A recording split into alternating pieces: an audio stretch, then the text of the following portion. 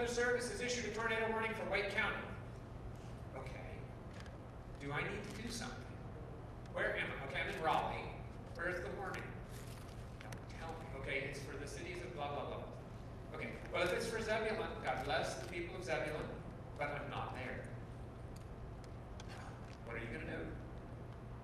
When do I need to shelter? How long do I have to shelter for this thing? This is a drag. Come on. All right, wrong clicker. This is what happens outside. You should be inside for a tornado warning. It's serious business. This is an F4 tornado that hit my church. That's my church. In Huntsville, Alabama in 1989. This is my brother's elementary school. He was going to the school at the time. Fortunately, it hit at 4:36 in the afternoon. So there were just a few students there in the after-school program, and they made it through. 21 people did not survive that day, and that's part of the inspiration for this project. Here's a tornado warning. This one was from September 1st, 2017, and it was for Wake County. And what's that other one? I can't remember. I keep trying. Anyway, it's for that other one. But there's this confusion that comes with it. Where is the warning? Do I need to shelter? Do I not need to shelter? What do I do? And what they did with a study from the Joplin tornado and from a whole bunch of other tornadoes, they studied how people respond.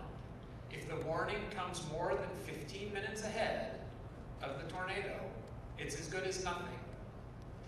If the warning is ambiguous, people always need to check multiple sources to find out what to do. Because of this confusion, because people don't know where they are relative to this polygon. If you're in Raleigh, you can tell, and you know your geography, you can tell you're outside this polygon.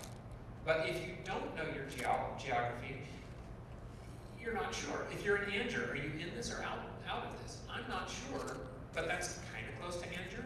So people don't know their geography well enough to look at this and evaluate it. And people don't get this on their cell phones, necessarily. People don't get this with the first alert. And when there's a siren going off outside, which they do in tornado-prone areas, you can't tell how that relates to where you are. So we need to save lives with this project. And what we're going to do is not only use we're going to use both the polygon and the vector.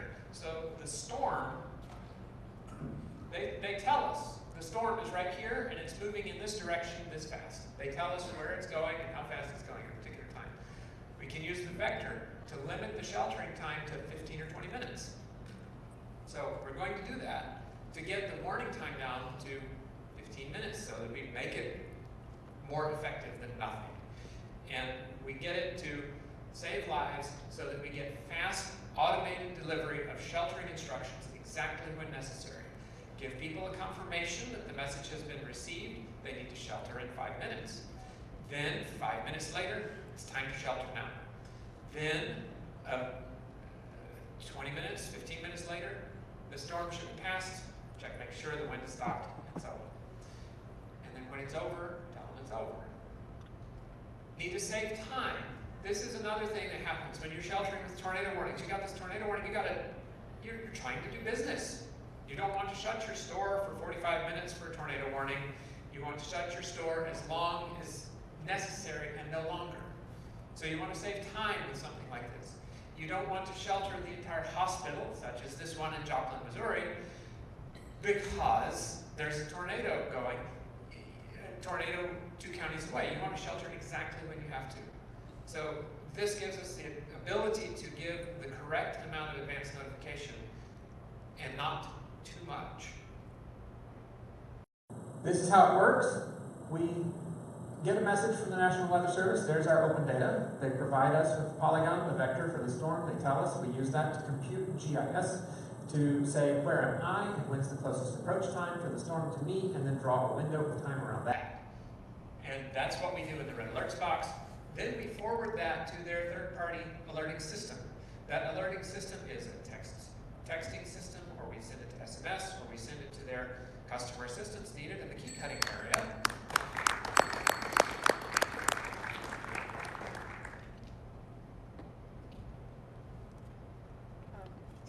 Thank you for the presentation. I have to admit, I always ignore those alerts. You know, Wake County is really big. This will help. So how do you know? So when you subscribe, I take down your latitude and longitude and put it in the system. Okay, but I move around. I live in Wake Forest. Today I'm here in downtown Raleigh. We'll solve that with the mobile app later. But right now, I'm talking about solving it for this building and solving it so that we can provide site-specific sheltering instructions. You don't know where to go for sheltering here, but this place would subscribe. We would send site-specific sheltering instructions to say shelter on the first floor in the convention hall area, or something like that. So mobile app later, but and that's great. But right now we're talking about site-specific. Okay, thank you. Can you tell me about what your recent progress has been and what your steps are between now and November 8th? Right. We've done a lot to finish up the coding for the GIS. So we finished the coding for the GIS, and we've got a complete system that we can now run integration tests on. So what we're doing today is working on integration tests, which we'll have finished by the end of the process, by the end of the competition. Is there a specific site that you're working with on that? Red Hat. But the tests, the integration tests are to test. I'll run the Joplin tornadoes and see the Joplin tornadoes roll through and see that it handles overlapping warnings and things like that correctly, because it has to be able to handle multiple tornado warnings, multiple storm vectors, and do that properly.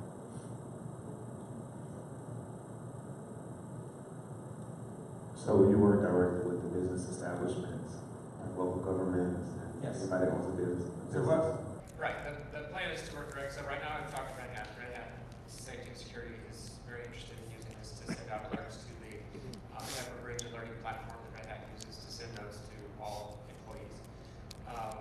Also looking at using it for places like Lowe's, who should be interested because their store got hit not too long ago. And there are a whole bunch of those stores around in the area, and this could easily enough trigger a pre-recorded message. Okay. Do you host any, so for establishments that don't have an application to notify their employees or the people that are in their building, do you communicate directly with people like they? Right. If they don't already have an existing platform for communicating with people, we'll have to help them get something set up. Is it call your VoIP phones? Do they have